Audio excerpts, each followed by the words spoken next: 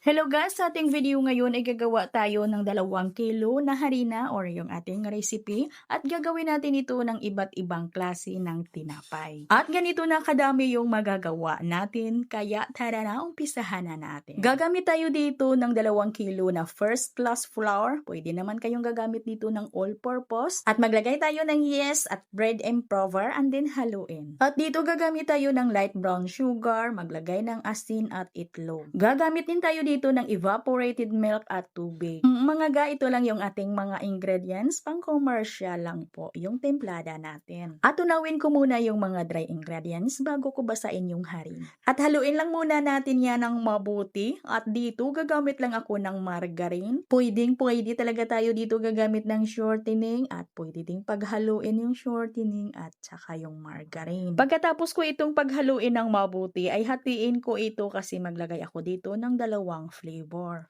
Dito sa isang hati ay lagyan ko ito ng pandan flavor powder. At ipadaan ko ito sa dough roller para mag-well combine yung kanyang flavor ay yung kulay at nang kuminis din yung ating dough. Pasadahin lang talaga natin ito hanggang sa kuminis. At pasensya na kayo mga ga, medyo nawalan tayo dito ng ilaw.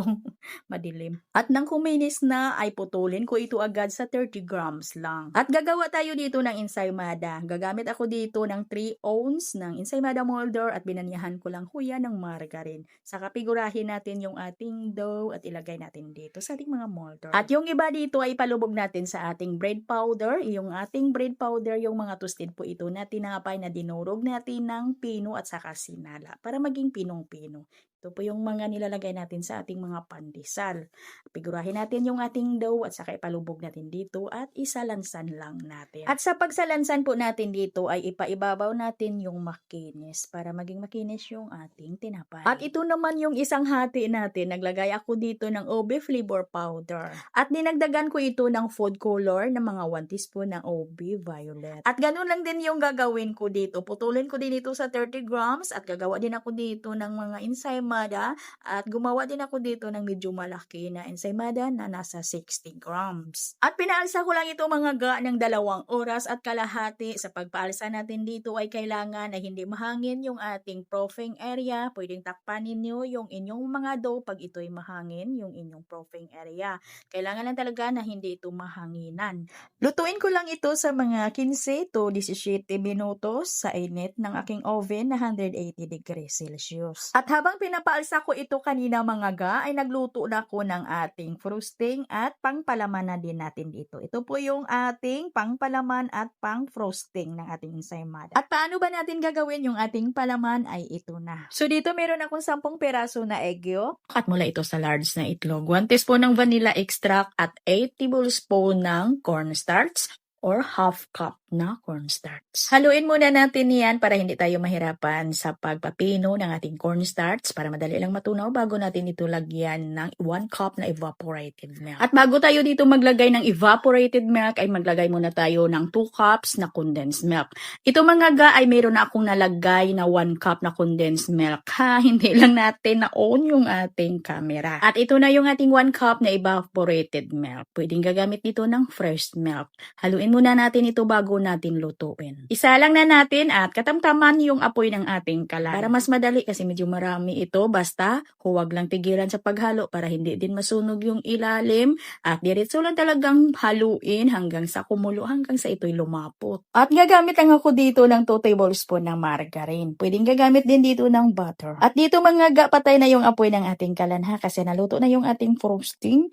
Ay haluin lang natin para matunaw yung ating margarine. At ito okay na, palamigin lang muna natin. Sarap talaga nito ga. Sarap nito ipalaman sa ating mga cake at pang frosting na din. At yung ating ginawang mga frosting ay haluan natin yan ng ECC whipping cream. Mag-prepare tayo dito ng 200 grams ng ECC whipping cream at lagyan natin ito ng half cup na malamig na tubig. At scrape din natin paminsan-minsan yung bandang gilid at ilalim para yung ibang pest ay mabati din. Para maabot din ng ating attachment. At yung ating malamig na tubig ay unti-unti natin ditong ilagay hanggang sa maubos yung ating malamig na tubig. At nang naubos na nating nailagay lahat yung ating tubig, ay batihin lang natin ito hanggang sa maging stable, mag-volume yung alsa ng ating ECC whipping cream. At ihalo natin dito sa ating ginawang yema frosting. At kailangan yung ating yema frosting ay ito'y malamig na bago natin ihalo sa ating ginawang cream para hindi din matunaw yung ating icing. Masarap talaga ito mga gagawin nating pangpalaman sa ating mga donut, sa ating ensaymada. Ito din yung ating ginawang pang frosting sa ibabaw ng ating mga donut rolls in tub. At alam nyo ba na yung ating ginawang pangpalaman ngayon ay pwedeng-pwede talaga natin itong gamitin pang frosting, pang border sa ating mga cake. At ito din yung ginawa nating pangpalaman sa ating ensaymada at ito din yung gagawin natin na pang frosting, pangpahid dito sa ibabaw ng ating mga ensaymada para kakapit dito yung ilagay natin ng grated cheese.